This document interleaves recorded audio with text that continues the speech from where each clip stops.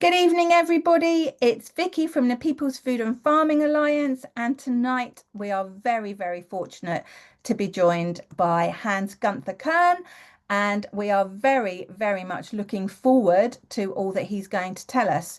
Hans, thank you so much for joining us tonight.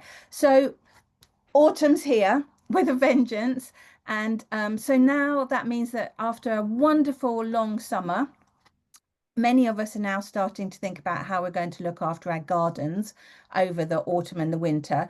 So before we get started, can I ask you, what's your favorite autumn crop to eat straight from the garden, Hans? I am so pleased to be here and thank you for joining. My favorite autumn crop, I would say, used to be blackberries. Mm. Go into the hedges. In the garden itself, because the garden is usually surrounded by those lovely fruit, wild fruit manifestation, which, by the way, is actually the best place for biodiversity and keeping all your bugs off your plants because it harbors all the predators and hides all the places for birds and other predators to be there. So it's favorite from both eating and for the sake of the garden. And then in the garden itself, I'm one of those people that when I was a kid, I would lie under the tomato bushes, particularly the cherry tomatoes, and I would stuff my belly so heavily, fresh from the plant, that I would have a stomach upset and go home crying. So they're still my favorites, strawberries and tomatoes at this time. Okay. Outdoors, this year, I mean, the outdoor tomatoes have just done amazingly, and I'm so flabbergasted to harvest so much just outdoors. Even the salad tomatoes and even beefsteak and not just the cherries. So tomatoes. It That's it. has been a wonderful, wonderful season of abundance, hasn't it? Yeah, yeah. But now we kind of need to be looking at how we can do things differently. So for those who are new to overwintering, what does it mean and why is it so valuable and why is this time so important to our growing season? Well, for overwintering crops, really we needed to be very active in July, maybe even beginning end of June to get our seedlings ready to plant out for autumn and overwintering crops, particularly cabbages and Savoy cabbage, Brussels sprouts, and also our kale, different types of kales. But now is the time maybe to make use of the rains because we've been struggling probably all summer with the drought, getting those babies off the ground and nourished nurtured and nourished. And now is the time maybe to make use of the time of moisture to undersow those plants and give them extra nourishment with green manures. And Mhm. probably haven't practiced that before, or you might have tried some things. You might have plenty of weeds coming up that you can hoe in, which is actually also green manure, by the way, but not as rich as what we could do now is with that extra moisture go and get some white clover, which is overwintering, or a red clover, and start undersowing our vegetables, even maybe with vetch, particularly the overwintering ones. If you think of leeks overwintering and maybe rutabagas, which are a bit more hardy, to undersow all those with those lovely legumes. And then what they'll do is if for some reason we have another hot spell, which often happens now in October, November, they will make sure that you have precipitation, meaning every night when you have undergrowth instead of dead mulch or nothing growing, you will condense dew in the form of 1 to 2 millimeters of rain every morning with this ground cover that you have, a living ground cover. And just to give you an example, this is a long time ago.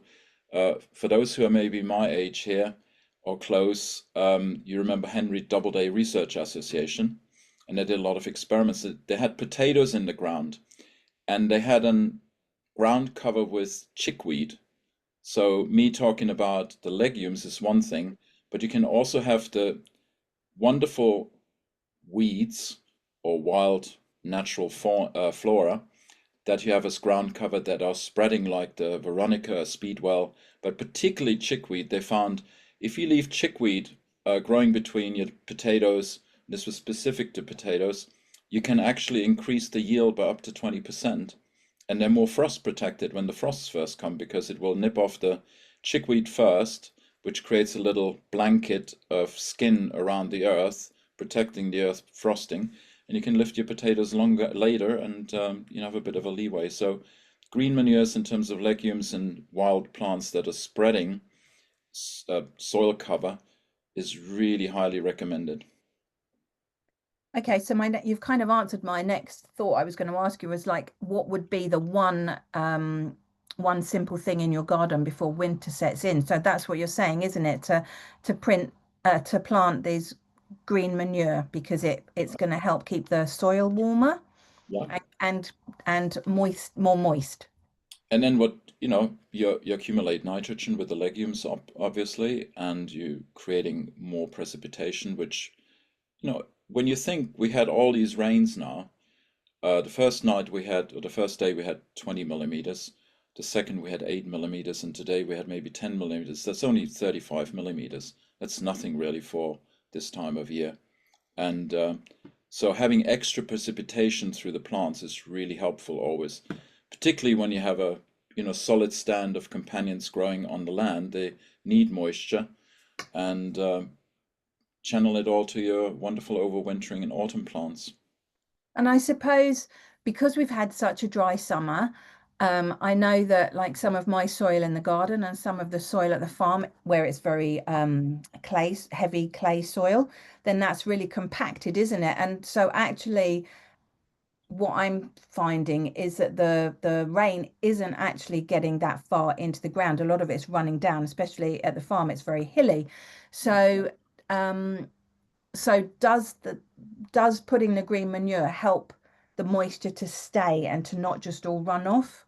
Yeah, obviously, if you've got heavy soils like you down there in my little farm, or even here in the Weald with the Weald and clay, after a dry summer like this, soils will have split, soils will have compacted and solidified like rock.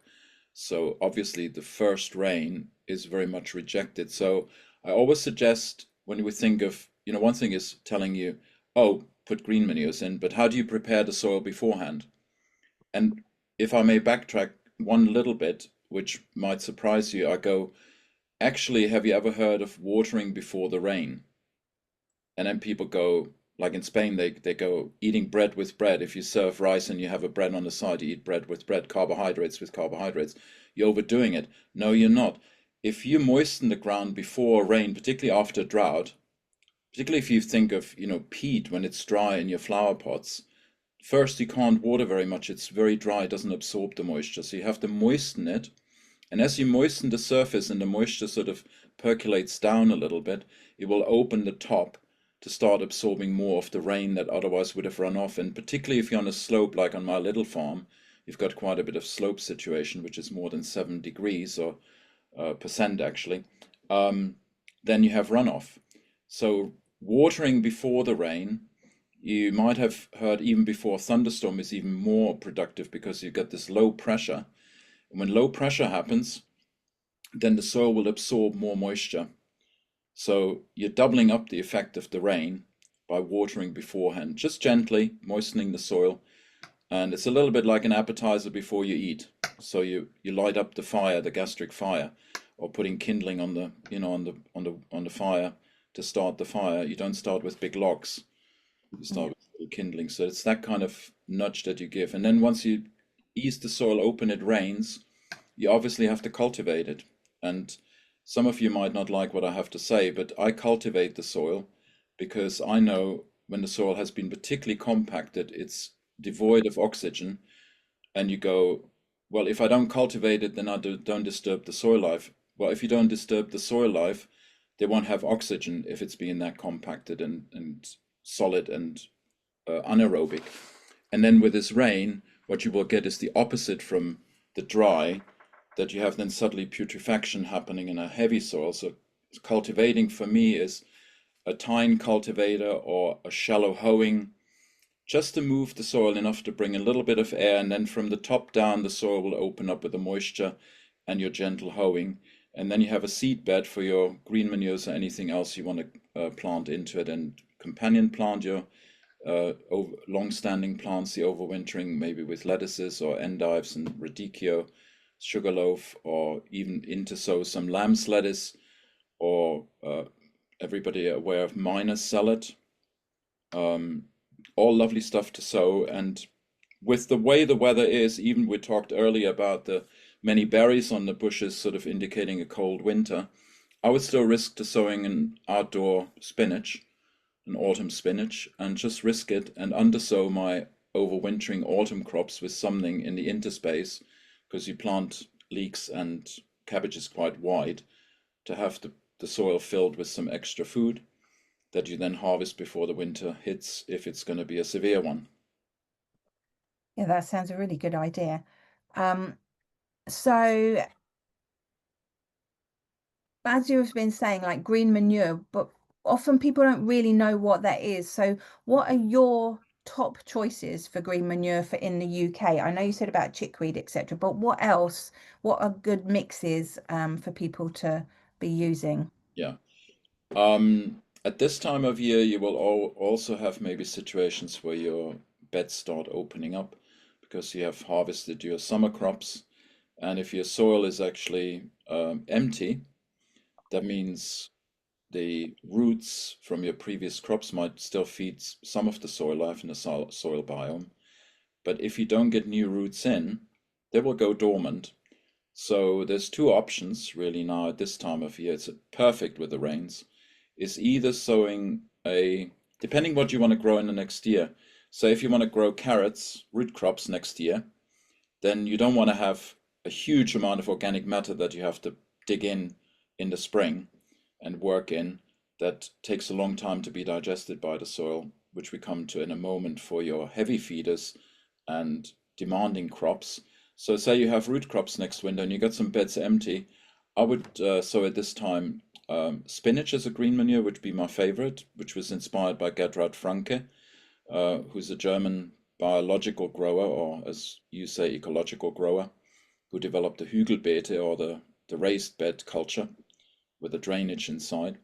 And then you can eat some spinach, possibly still, if it stands. If the frost nips it off, spinach is an amazing plant to clean your soil from nematodes and from soil-borne pests, which many people don't know. It's a very cleansing crop. It has got saponins, and saponins are used to making soap. So very cleansing, and that's for the soil-borne pests. And also for diseases, funnily enough, pests, we're talking about soil-borne pests, but also diseases like fungal and bacterial diseases. It starts balancing the soil to create an even, harmonious microbiome in the soil. Another favorite, and that is particularly if you start a new garden, you might have either with no dig or with digging, cultivating started where there was lawn before or pasture. You often have the problem with wireworm because the crane fly lays the eggs into the leaves of the haulms of the grass, and then the eggs go down into the soil, they hatch. Their life cycle is usually 4 years. And people start a new garden and they wonder why all their lettuces die. One after the other wilts, and it's usually wireworm eating the roots. And as they have a long cycle of 4 years, if you start growing mustard, they go, oh, lecker, yummy, yummy in the tummy. They go very, very luscious roots, very, they're not fibrous, they're actually quite moist and luscious. And they start digging into it and they go, oh my God, if you have ever had a really good mustard seed, the roots are like the mustard, pungent with a lot of sulfur. And they go, I don't like this. And they have eaten enough, and they're now suddenly encouraged to make the chrysalis and pupae in the first year and fly away in the next year, so you don't have to put the soil-borne pests. So mustard is a really wonderful cleaning crop for all the soil-borne grubs that you can possibly have, but particularly the wireworm. And it's at this time of the year when might be a lot of rain coming, it's one that takes the excess nitrogen that is made available by the soil being moistened, that would get washed out into the subsoil or into the aquifer. It takes up the nitrogen, puts it into the leaves, and then you can recirculate it either through the compost or green manuring, meaning green manuring is really putting green material onto the soil, because the old term manuring comes from using animal manures. So people used to manure the land with animal manures, and then with vegetarian or vegan farming or gardening, we're now green manuring as a supplement also to make sure the soil has enough nutrients. So that is a really nice one. And then all those crops are not winter hardy, so they're not frost hardy. So if there's a frost of -1, 2 degrees a few days, it just nips them off. And then either you leave them on the ground or you work them in very shallow in the ground, particularly in lighter soils. I would work them in 3, 4 inches. In heavy soils, maybe an inch or two. And that way you expose it to a lot of soil organisms to digest it and absorb it and create humus. Because at this time of year, you're creating humus. So with all these crops, we're creating a lot of humus, activating the soil life and enriching the long-term fertility. So if it doesn't get cold, would are you supposed to like then cut the green manure down or and then leave it so that it can like mulch in? Is that what you're saying? Well, personally, I don't I don't do surface composting. Right. What do I mean with surface composting? You call it mulching. So if Hmm. you have green material, you cut it and leave it on the surface. What happens is with the weathering, it either volatilizes the nitrogen and it goes into the air, and the phosphorus and the potash or potassium are leached out by the rain into the soil because it's left to weather and mineralize in the air, and the light and the warmth and the cold destroys the structure. If you dig it in lightly, when I say dig, like cultivate, hoe it in, I've got a lovely Chillington hoe. I can't more highly recommend than this one hoe for hoeing in green manures rather than using a rotavator, which is the Chillington. It's a heavy hoe, which some people call the African hoe, and you can get it online if you Google Chillington with double L. It's the place where the factory is. And it's the most fantastic tool. If you sharpen it, it cuts your green manure and you can hoe it in as you cut it.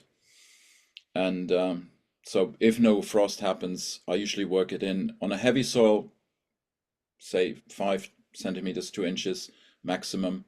In a light soil, say a sandier soil, maybe up to 4 inches, because that way it's protected. You won't lose the goodness of your green manure, whereas if you put it on top, it will just volatilize and leach. Great information. I'm So writing leeches and notes. leeches. That's really, really interesting. And so what about if someone like me has got a small garden, Yeah. um, or maybe they're growing in containers, how can they benefit from green manures and what should they be doing? What would you recommend? As I said earlier, undersowing is a really good way to maximize your space and optimize your harvest. And I mean, ideally, I would say, however small your garden is, I would set aside a little area, particularly for next year's heavy feeders. Say, if you don't have overwintering cabbages, leeks, um, kale, you know, those kind of plant, Brussels sprouts, um, then when the land is free for next year and you start wanting to sow and plant early cabbages like spring cabbages, cauliflowers, sprouting broccoli and things, then I would prepare the land, that little plot I would set aside and prepare it actually with a green manure mix that is even more effective to build your fertility, long-term fertility and short-term fertility for your heavy feeders. If you're thinking cabbage family in spring, late winter, or if you're thinking in middle of the spring next year, outdoor courgettes or pumpkins, squash, the squash family. Also your corn, which are very heavy feeders. Then you feed the soil this autumn by sowing. The one is called vetch or tares. The Old English call it tare, T-A-R-E, or tares, plural, mixed with rye.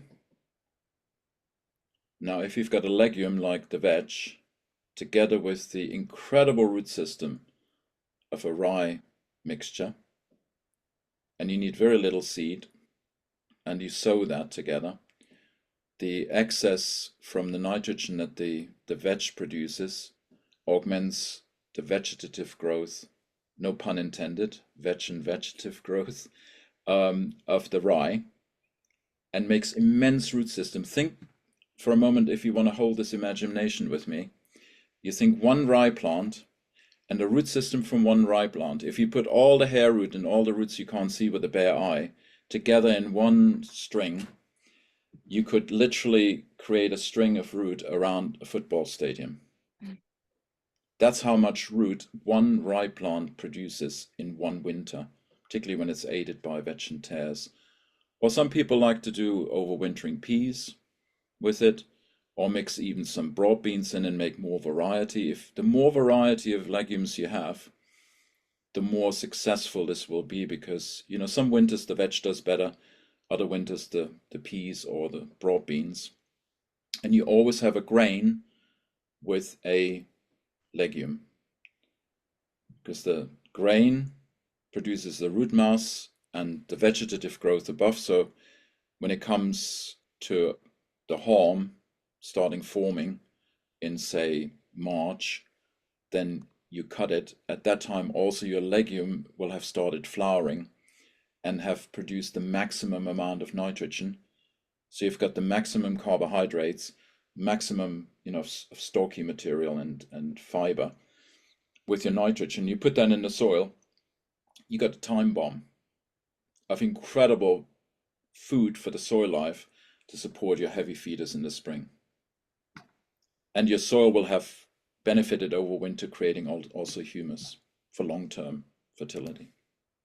And also you don't get weeds, or you should, because, or not as many. Is that true? So in winter, you don't get many weeds if it's a cold winter. If it's a mild winter, yeah, you might have some annual weeds that survive, but it's very unlikely that weeds germinate in the winter. End of winter, used to be warming up end of February, and then you would get your root crops in and your spinach. By the 25th of February, we used to sow, when I first learned gardening here in Sussex, we used to sow radishes, carrots, onions, spinach in end of February, 25th of February. You almost can't do that anymore with the climate change, because it's either too cold and there's a cold snap, or it's too wet, or it's too dry, or something happens and we end up sowing much later, because if you don't, you actually lose it anyway, because things catch up with the slowing down of the growth by these inhibiting factors. So yeah, it's a huge change that happened with the climate. It's so fascinating. There's so much to learn about it, and it's so I'm still such a beginner when it comes to gardening, and there's just so much impact that we can have Mm. all the way through the year. It's not, we just kind of, I think many of us new gardeners think it's all about the summer. But Yeah. it really isn't, is it? It's actually really, now's a brilliant time to get started. If you're wanting to grow next year, Yeah. now is a really good time to be preempting that. And like you were saying, that to grow to have different cover crop depending on what you're going to put into which bed, as an example. So we need to kind of be thinking ahead. Okay, what am I going to put where? And therefore, what's the best thing to nourish that soil with? And you could even preempt, say, instead of undersowing your white clover or your red clover, whatever, under your cabbage family, you could preempt and sow it now. And then when you come to plant your cabbages in spring, prepare them with clovers now, then you just rip out a row of clovers, or the areas where you plant and transplant your cabbages, and leave them in for long term.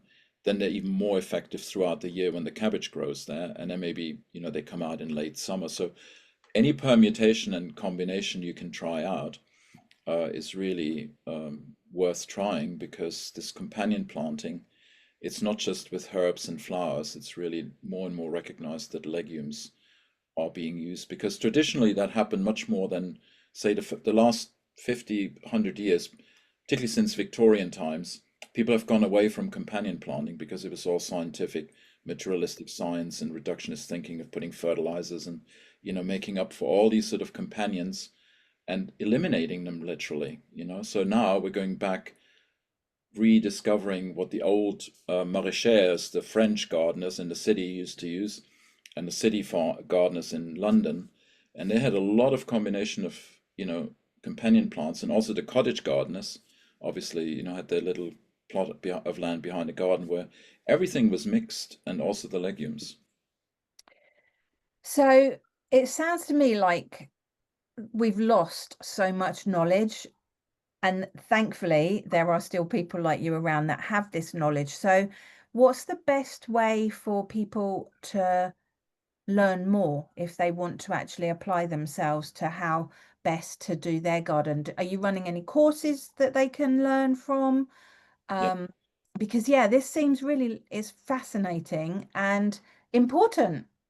yeah, it's essential, I would say, for our survival, and not just survival but thriving, because when you think, as you say, how much got lost, I was very privileged that I had many, many teachers that were both English and international teachers that brought different growing methods together. So I was trained in French intensive biodynamic gardening, which brought together the knowledge of the gardeners that used to grow in the cities, as I said, the maraîchers and the city gardeners in London with the horse manure, and then the double digging and triple digging and single digging, and there's a lot of digging involved, because when you start a garden you dig and prepare the soil and bring the manures and the compost and everything in there, learn how to compost, and then you just cultivate for the weeds. And then in biodynamics we don't even cultivate for the weeds anymore, because we have homeopathic remedies to curtail the weed growth. So all this what I'm talking about right now we teach in practical terms here in Sussex and in Dorset, in Ringwood area, in gardens practically, and also online, that accompany people through the year in 38 sessions of the actual sharing of knowledge, and then also the practical Q&As that we do every week through the year online.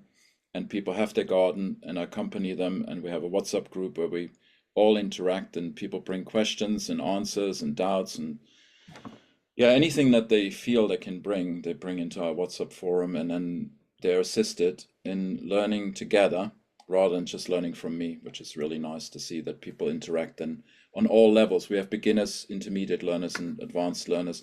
So we might have some really advanced gardeners, and then they grew conventionally, and they come, oh, there's a better way than growing conventionally, and then they learn. They're beginners in biodynamics.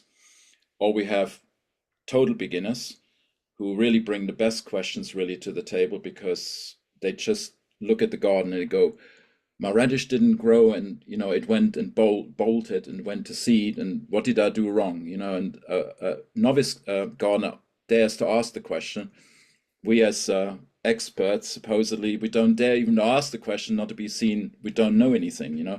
Even we have failures. I have failures every year in the garden, and it's harder to ask the questions because you're supposed to know. But I tell you something, I know so much now, I know nothing.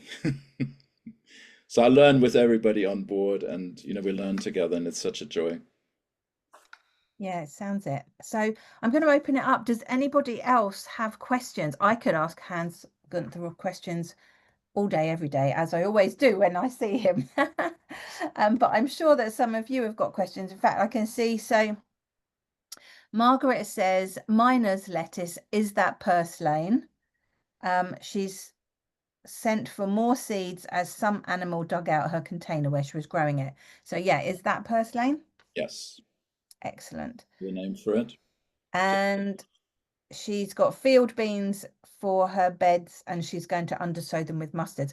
Yeah, I think that's really, and the bonus is that you can actually get some food out of some of these things as well. It's not just feeding your soil. You Yeah, can feed yourself depending on the weather.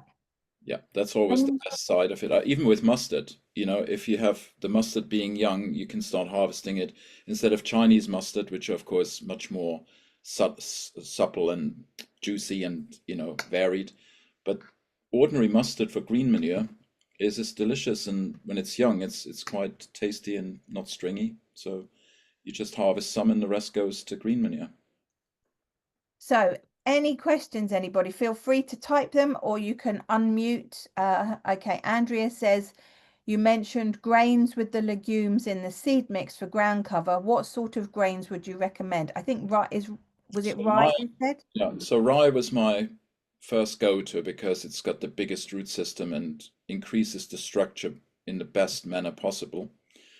And then you've got oats.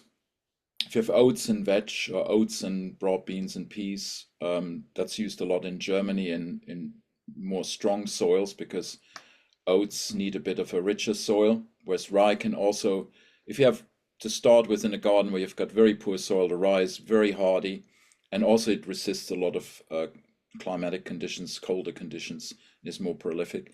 So oats is a little bit more demanding. So if you've better soil already, you can use the oats and veg, and then that creates more mass in terms of organic matter than rye possibly, particularly above ground.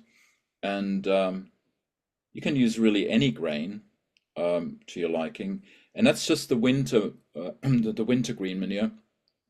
Come spring, there's quite a few other green manures you could be using also, which are really helpful. I've forgotten to mention one actually, which also could be sown at this time, which if you have any compaction, so you have a lot of dock and thistle, you have a lot of bindweed, and you have a lot of horsetail in the garden, which shows compaction low down in the subsoil, then you could employ something like the um, agricultural chicory, which is a lovely flowering plant. Not that you're going to allow it to flower unless you don't need your plot for the next year. And that sends the roots really deep to open the soil up in winter, and in spring, your roots follow the dying roots that go deep down, and the worms follow down, and the water and the rain follows down, and then you deepen your soil with those over winter also, so you can add those. And if you have really a place where you can allow more time, you could even sow lucerne or alfalfa, which some people sprout. You know about the health benefits that has. But in the same way, it has got huge health benefits for the soil, particularly if you leave it for a year or two in an area in the garden, and you want to just give that part of the garden a rest. Then it adds a huge amount of fertility with nitrogen, root mass, soil structure, and drainage. It's a real panacea, the lucerne, but it needs more time. Nikki says this was fascinating. Thank you so much. It really is. I'm fascinated too by the effect you can have on your soil in the winter, Yeah. and on the microbiome, and then how that can make your following summer so much more successful. I'm going to have to do some work on this. Anne says, my carrot leaves and dandelion leaves went a red-purple colour. Is my soil lacking in something, and do you recommend soil testing? Was it also carrots? Did you say? Carrot leaves and dandelion leaves. Purplish. You often have that purple in the spring when the soil's cold and you have a phosphorus deficiency. Now the question is, where do you get phosphorus from? Not, in Spanish, a match is called fósforo, because phosphorus is the mineral that can be lit up like it's the light barrier carrier, and it brings really the possibility of plants to make deep roots. Now we're very blessed in biodynamics because we can work with subtle fertilization.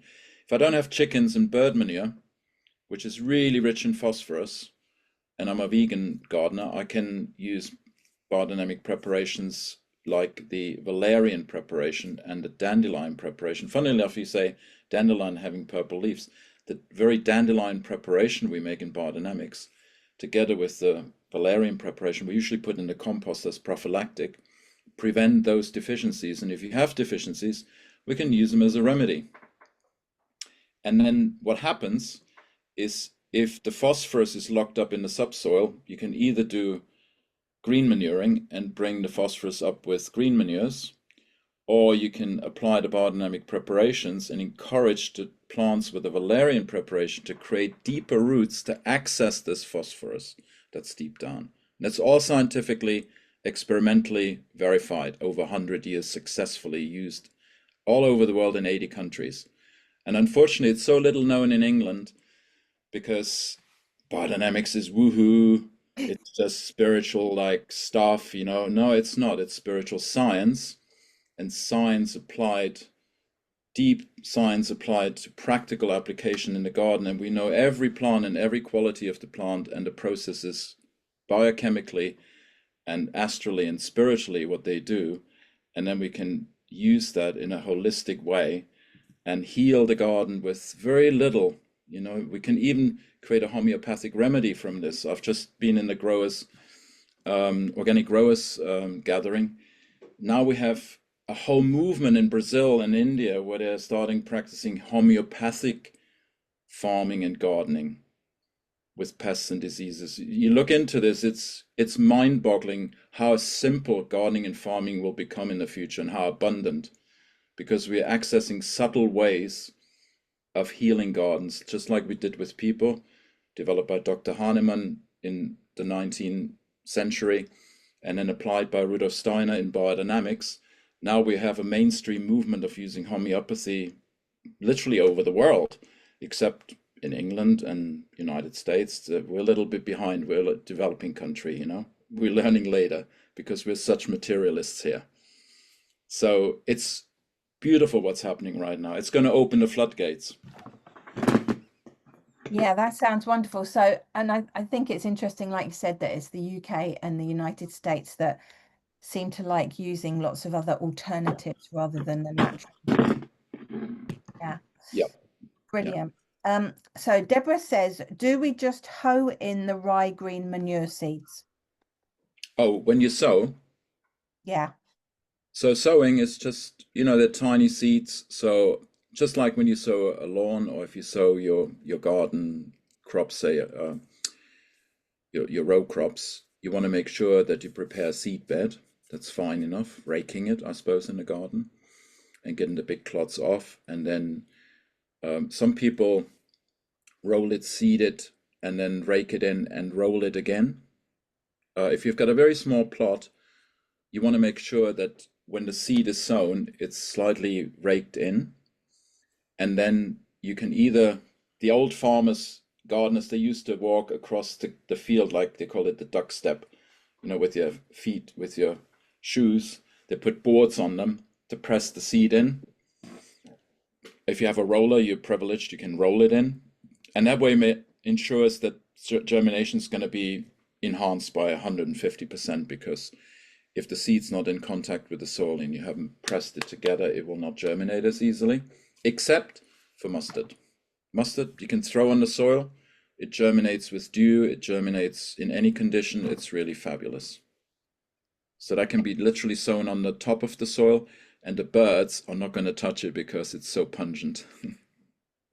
and should you then water it if it's not raining, for example? Should you then water it? The mustard? Well, or even the others, like when you're rolling it, rake it, sow the seeds, and then would Well, you just leave it, or?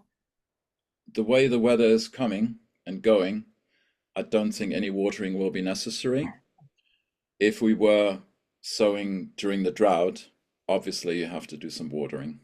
Yeah. Okay. And I would, with any watering, I would suggest you don't water constantly. Germination happens between moistening and drying. And you have to find out for every plant how long that period is that it will survive. They're all different.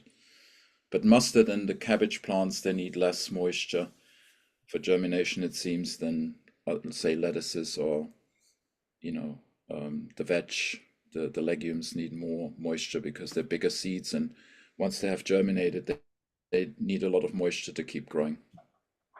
Okay, cool. Sam says, which is the best green manure for heavy clay soil? For heavy clay soil, I recommend that you have to obviously consider drainage, and I would definitely employ in the springtime green manures like buckwheat, linseed, flax, that's Phacelia, and then there's the agriculture chicory with the deep roots. They all have deeper roots, and they open the soil up to bring up nutrients that have been washed out or held in the clay. Clay holds on really tight to moisture and to minerals. So these plants, they release it, put it in the leaf region, make it available. When you then dig it in, it's much easier for the soil life to access it than from the mineral dead earth, which the clay soil is, like that. Unless you have a humus-rich clay, then you're blessed. But most people don't, because they haven't done humus management and fertility management and soil management. It's a Sorry, science and an art to do, to build soil. it surely is. And Sunny's got a great question on that. Now Sunny has a quite a big plot, and they've got their soil has industrial contamination. So she's asking, have you got any suggestions to draw out this contamination? Is it heavy metals? I don't know what it is. I'm sure she can type that in. So meantime, while she's doing that, Karen says, what are your thoughts about biochar and shungite for the soil? Okay. So biochar is a byproduct from a fire where you damp down the fire and it reduces the wood rather than oxidizing the wood. So you're left with charcoal. So biochar is a modern word that's very highfalutin in my mind. What people used to make was charcoal. And it's sold very expensively, particularly if you buy the bio gold, which is mixed with manure and, enriched with natural organic manure. If you have a really poor soil and you want to accelerate very fast in building the fertility, the biochar is helpful in the beginning, particularly with sandy soils where you don't have much nutrient or water holding capacity, because it can hold like hundreds of times its own weight. It's very light. But humus does the same thing. And it's not imported and it's not wasting wood in a way for putting in the soil. You actually get the heat, all the heat out of the wood for your from your fireplace, and when you oxidize wood rather than reducing it. But having said that, in the Brazilian Amazon forest and also in Machu Picchu in the terraces, what people used to do in the olden days, also here in England, when you have a fire and you damp it down during the night, in the morning you're always left with a bit of charcoal and ash. And that would not go in the waste bin, in the green bin. It would go in the garden. And so really what people used to do naturally, which we now as city people, because we don't have the resources, buy in, and it's produced industrially and wasting a lot of carbon and a lot of energy to bring it to your home. People used to do it traditionally in their home gardens and British cottage gardens and in the Amazon and Machu Picchu and any places in indigenous communities. And it's very, very enhancing for soil life to have enough nutrients and moisture to grow. But if you just put biochar without the manure or green manure, then you will deplete the soil of nutrients.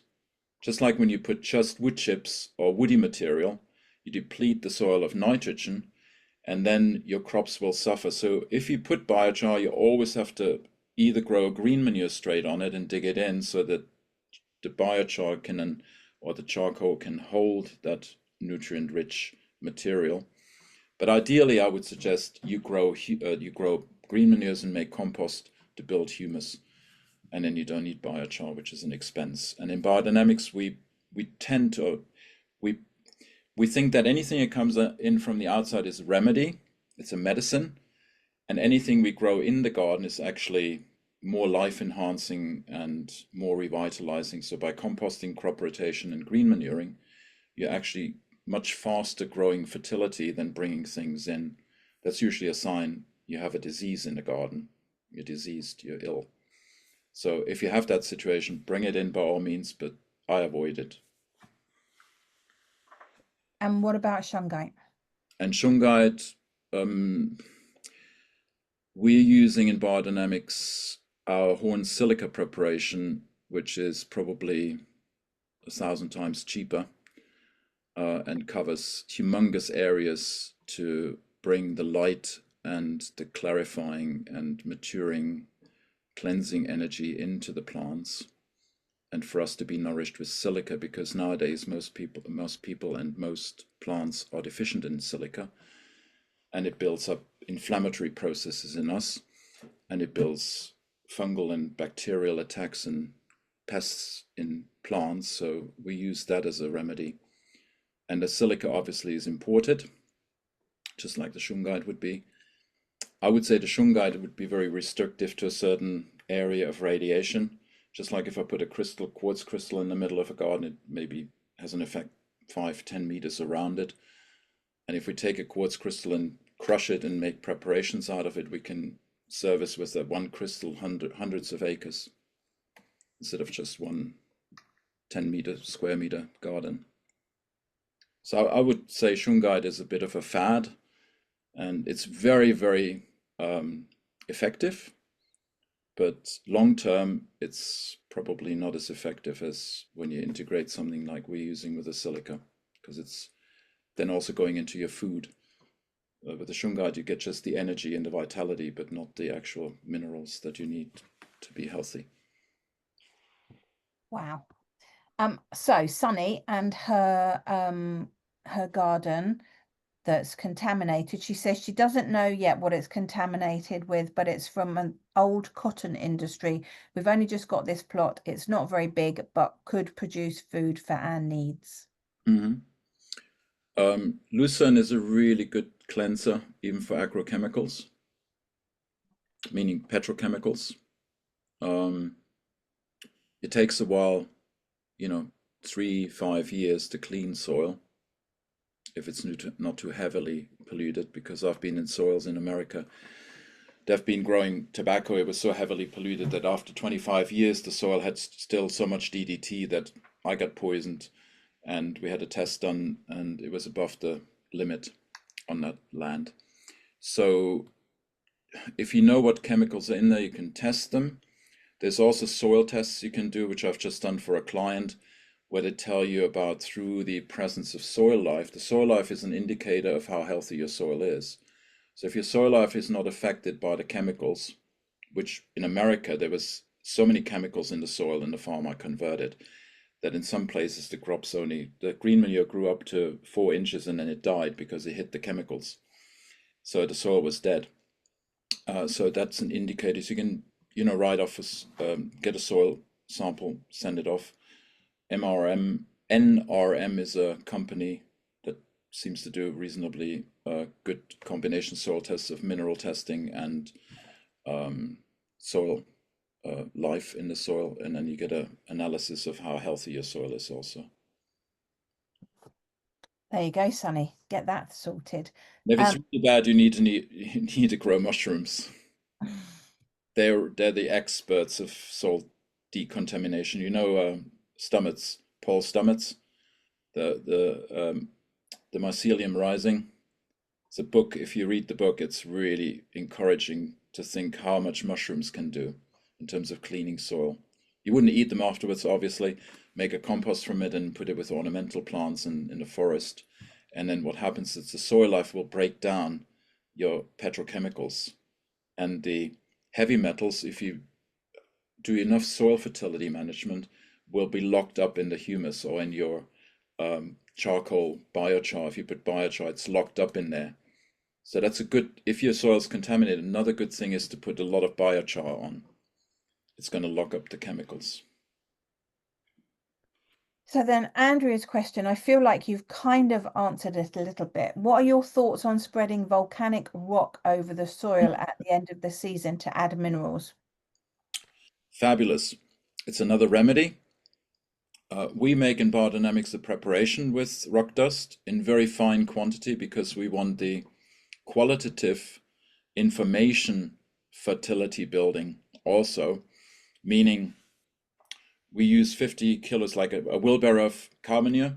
We use like a big handful of eggshells that we crush up and grind for an hour so fine that it's bioavailable to the soil life that's in the manure. and then we have finely ground basalt. Basalt comes, say, from Loch Ness in that area, or the Giant's Causeway in Northern Ireland. There might be mines, and you can buy it online. And all you need is 50 grams or 150 for that wheelbarrow, and you mix it up, and then you put the biodynamic compost preparations in. And then we use that when we apply green manures or when we build compost, put it in layers in the compost. And what it does, it will inform the soil life and the plant roots to release minerals that are there already. Or, and this is new for you maybe, there's quite a few scientists in the beginning of the last century that have actually, before the corporations took all that material and locked it up in the safe so nobody knew about it, there's transmutation of substance happening in living organisms and the soil. So if a mineral is missing, we've found in biodynamic composting that potassium that's from a yarrow plant can be converted into nitrogen. And you start a compost at 0.5% nitrogen, you end up with 2.5 after a year of composting. But you put the compost preparations in, the biodynamic compost preparation. So you can create minerals, or nature creates minerals and transmutes minerals as they're needed. And we're not told that because then we don't go to the shop anymore, buy it from them. We're creating it ourselves.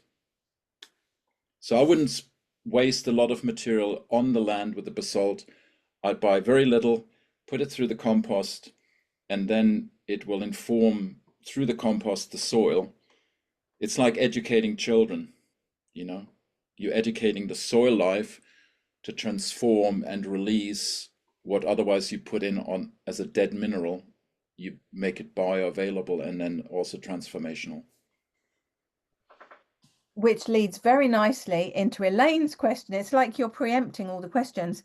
Elaine says she's used a lot of bought compost on the allotment before she knew better.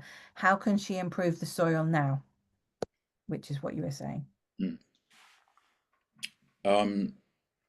Depends a bit if it was abandoned, it might need a little bit more TLC other than just bringing compost in. So the best way is any growth that was on a garden is like expressing the minerals and the life forces that are missing are actually brought by the weeds or the wild flora to that place. If you now compost those and concentrate that information that the weeds collected in that garden and then bring that back to the garden, you have actually the most healing remedy for that soil to remediate itself, and we call it ameliorate. Just like what you do with apoptosis in our own body. If you stop eating and upcycle your food that's broken down, your cells are broken down, and then your body reinforms them with your information that you are, your identity, and you upcycle it, you need to eat a third of what you usually eat. You know, we think so materialistically about nutrients. It's not about nutrients, it's about quality of information and quality of nutrients and quality of character.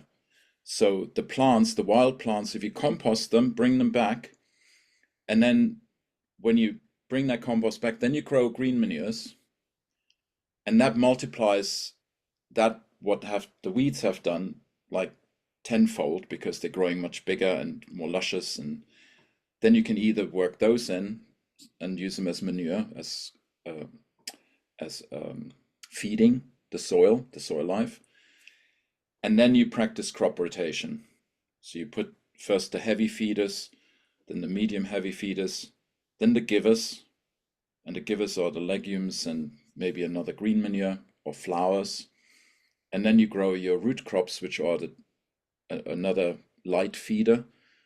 And then you start the cycle again with compost. So between composting, green manuring, crop rotation, and then additionally, you can of course use the preparations that then bring the cosmic minerals and the stardust, as people call it, into the soil, so the soil life can integrate it and give it to the plants transformed and in a healthy way.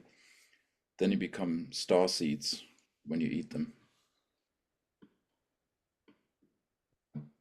Excellent. And then Mark, so again, you've preempted. Margaret says, is there somewhere one can find which homeopathic remedies are good to use in gardens?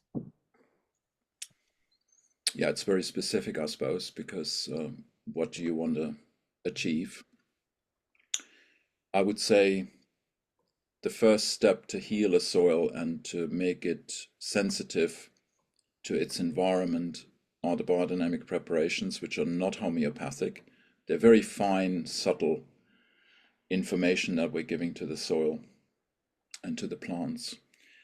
And then for people a little bit more advanced, they might go, even the preparations can be potentized, and there's a movement called homeodynamics, and they potentize the biodynamic preparations, particularly in Australia and in New Zealand, where they have huge amount of land, and then they spread the preparations as water with the information from aeroplanes, have incredible, amazing success on 10,000 acre farms. You know, they can't spread it with a muck spreader, they have to spread it homeopathically. And then you have what I mentioned in the beginning, you have got these new scientific evidences that working with pests, diseases, and deficiencies, you can make homeopathic remedies. That there are 3 books that I could find for you and maybe pass on to Vicky to put in wherever you're going to show the Yeah. post this, to put the books. There's a German book, a Brazilian, and a Dutch guy who lives in India. They have published books on homeopathy and gardening. I could pass those on to you. Yeah, and I'll include all the links. I know a couple of people have asked, and we'll include the links where you can find out more about Hans Günther's courses, etc. Yeah, thank you. Lisa says, if we use green manure, presumably we don't need to add animal manure on the soil. Well, most gardeners, traditional gardeners, always had chickens, always had rabbits, and other wild fowl or fowl and animals. Maybe even a goat in the back. That, you know, the common. People used to have access to the common and had a goat or two, or had a donkey or something. So they always used a combination of manures. And just to say, the best compost is not made from green material, is made from animal manure because it's pre-digested. And the cow is the wisest animal, makes the best manure. That's why it's holy in India. To make good compost from green material, you have to really have your wigglers and your intensive composting methods that take a bit of practice. But it's not rocket science. It's just feeling your way and making compost from green materials. So you can get away with green materials.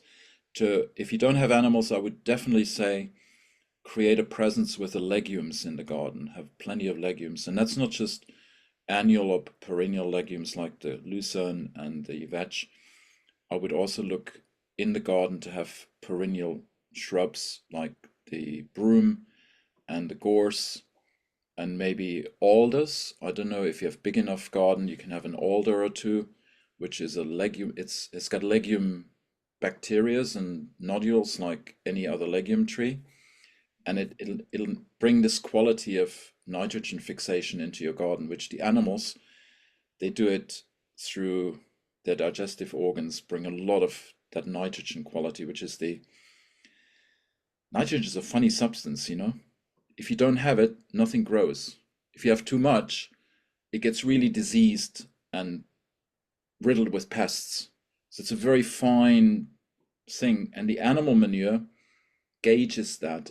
It has that balancing effect. Whereas when you have plant composts, it's harder to gauge that unless you put the compost preparations into it, which are made partly from animal products also.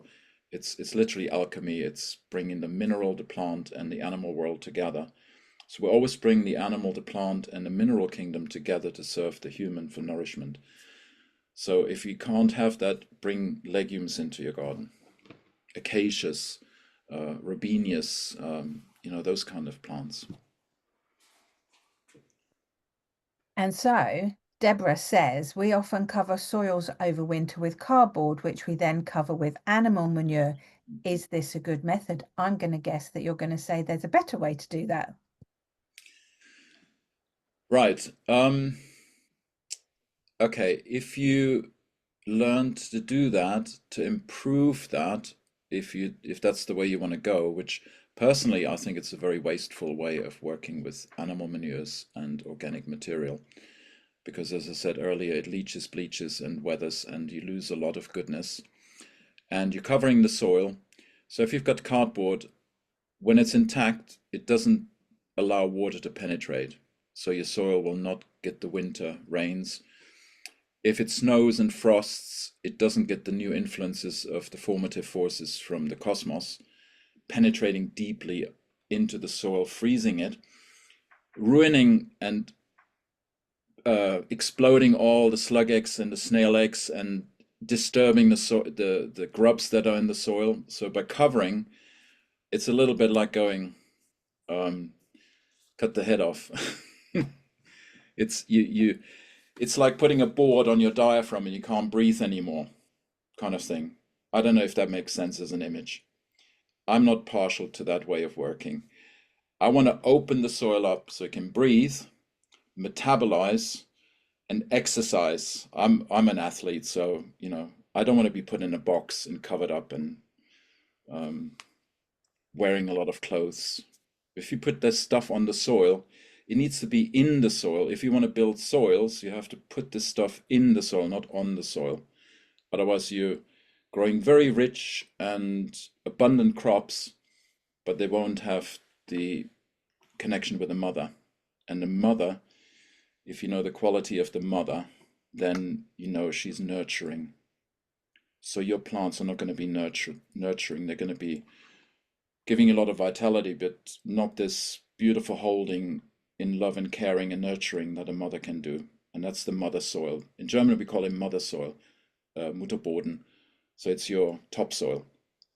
And the topsoil is usually created by bringing the manures into the soil. And the cardboard I usually put on the compost and make beautiful, beautiful humus. And then I put that humus into the soil. And then the soil becomes like a sponge. And it goes like that, breathes in. It starts exuding life, but also structure. Whereas if you cover it, it becomes compact. And I give you one more thought to think about. I've landscaped garden for 35 years. I've grown crops on big scale and mechanized.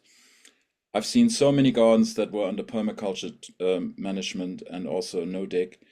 And I come to clients after 10 years, 15 years, where they have not dug the soil, and I'm weeding dock, thistle,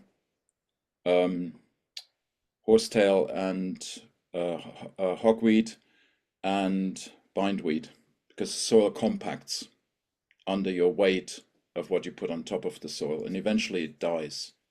It becomes subsoil. The topsoil becomes subsoil. And then you have to add 2 inches or 1 inch of good compost and manure every year to make up for the dying earth underneath. That's something most people don't tell you. And I'm slain for this, but I'll be honest with you because I've seen it. And that might literally, you're reading the questions because Deborah says, we've noticed very few worms during the dry summer. We've hoped this is just because they've traveled deeper down away from the dry surface. We're also worried that pollution in the rain could have killed them. Any thoughts on this? Yeah, well, the observation is correct. When there's drought or there's waterlogging, the worms go deep enough. And if you were looking into the soil, I do a lot of digging for my clients because I like to bring the air back in and the vitality and the structure and the form. You find the worms like a foot down, rolled up in little knots, hibernating. In all this summer, they were hibernating, waiting for the moisture to go down. So when I start digging, they wake up and they start working again because then we open it to the moisture and the breathing, but the soil before was compact. So all they can do is huddle up and wait until someone releases them from prison, basically. And when it's too hot, they need a temperature between 10 and 25 degrees centigrade. Anything hotter or cooler, they go down and hibernate. That's all worms, for that matter. So they haven't been poisoned, they're just hiding. Or they've been imprisoned by the compacted soil and the dry soil. And then Sunny, who had the contaminated garden, so you said about worst case grow mushrooms. She said, how do you grow the mushrooms in the south facing garden, which can get very hot? Now, I would point you to Paul Stamets and mushroom growers, because that's one thing I've not learned in my career. I'm not a mushroom eater per se. I do eat mushrooms, but not big time, because of their nutritional, what can I call it? Like beans. They numb us slightly in our thinking. So I would use them for decontamination, but not eat too many, particularly when they're contaminated. So I would say for you, really, I would go for the charcoal or the biochar to really lock up these nutrients and make as much organic material, harvest as much organic material, making compost, soak green manures, and create as much humus as you can, which will lock up your contaminants rather than, get them out of the soil. And then what happens is the soil life over time will destroy it. It's been shown in composting that soil life can destroy chemicals. They break them down and then they volatilize and go into the air. So when you do then the compost, you don't have the situation I had in America where I did it I put a lot of compost in the soil. It was a sandy soil. It activated the DDT. It broke down in DDE and DDF, which is more poisonous than DDT. I got poisoned, and probably a lot of other people that weren't as sensitive as me, but I really fell ill. And then we had this checked, and it's the gas went into the stomata, into the breathing organs of the big leaf plants. And they were, say, cucumber plants were really poisoned above the limit. Tomatoes weren't, because they have a different biochemistry in different leaves. So very different depending on how much it took up through the leaves. So if you do that breakdown of the DDT or petrochemicals in the compost, it goes just up in the air and dissipates. So that's another way of decontaminating your garden, is grow green manures, compost them, put it back in the garden, bring it back to the compost, put it back in the garden, and that way you decontaminate the soil on a continuous basis. So, and Gareth said that he found worms like that today whilst digging over his plot. So there you go. Hans Günther knows what he's talking about. And I'm going to finish with this one last question, which Karen is asking. How are the chemtrails affecting our crops and what can we do? Because I know Hans Günther will have a great answer to this. It's a big one. Look, I got everything in my bloodstream they can possibly make up, from chemicals to graphite oxide. I got nanobots in my blood. I've seen it all, but it doesn't affect me. You know why? Because I'm thinking bigger and stronger and more spiritual. Or you have heard mind over body, and all these low frequencies and low frequency suckers, they can't do anything if you're high frequency. If you're 5D, and I was saying it's 5D against 5G, you can get locked up and think and scared of 5G, but if you go into 5D, fifth dimension, cosmic consciousness, which is brought in through the biodynamic work and the preparations we have in the alchemy we work with, and homeopathy also does that. And your consciousness, if you bring that consciousness to the garden, your plants sensitize to the point where they won't take up these chemicals anymore. So if I would go and work that tobacco farm now with the consciousness I have now, 35 years after I was contaminated there, I bet there's going to be a different outcome than when I was ignorant as a young chap and just knew the technology and the methodology, whereas now I have awakening also spiritually. So I would say awakening spiritually and meditating and bringing yourself into a centered way, and you go with that into the garden, you sensitize the plants to actually only take up what they really need that is health giving to them. and then you add the preparations and homeopathy to it, you're going to be rocking. And if you take anything up like I have, if you intermittent fast, if you do water fasts, if you eat healthy food that's high frequency, 5D frequency, which is biodynamic food and organic food grown with a presence of consciousness of the garden and the farmer, you're going to just excrete all that is not yours, that's not supposed to be with you, which is not natural, which is subnatural, which is not part of this nature. And you're going to expel it. And you're going to be healthy. I wouldn't worry too much about it. I completely agree. And because our bodies are self-healing, if we give them that opportunity, then they can do it. And this is why I spend hours talking to Hans Günther when I get the chance, because he has always got so much great stuff to say. So thank you so much, Hans Günther. What a fantastic session. I hope you've all enjoyed it as much as I have. And fantastic questions from all of you and wonderful answers. Thank you so much, Hans Günther. And I will include, because I know you're asking, I will include all the details to Hans Günther's sessions, because they are amazing. And I hope to meet up with you in person again very soon, Hans Günther. It's been fantastic. Thank you so much. Definitely. And I will make sure I get these 3 books to you, the titles at least. And then I want to thank you for your inspirational questions, because I can't give what I'm giving to people who don't have this living in themselves already. I'm just talking, as a mirror to you. You're doing it already, so do more of it, because we need that. We're desperate for this beautiful planet, for Mother Earth, and for Father Cosmos to have your presence. And thank you for being here. Yes, thank you, everyone. Many thank yous coming in. So thank you, everyone, and wishing you a wonderful evening, and see you again soon. Thanks, Hans Günther. Take care, everyone. Thank you. Thank you.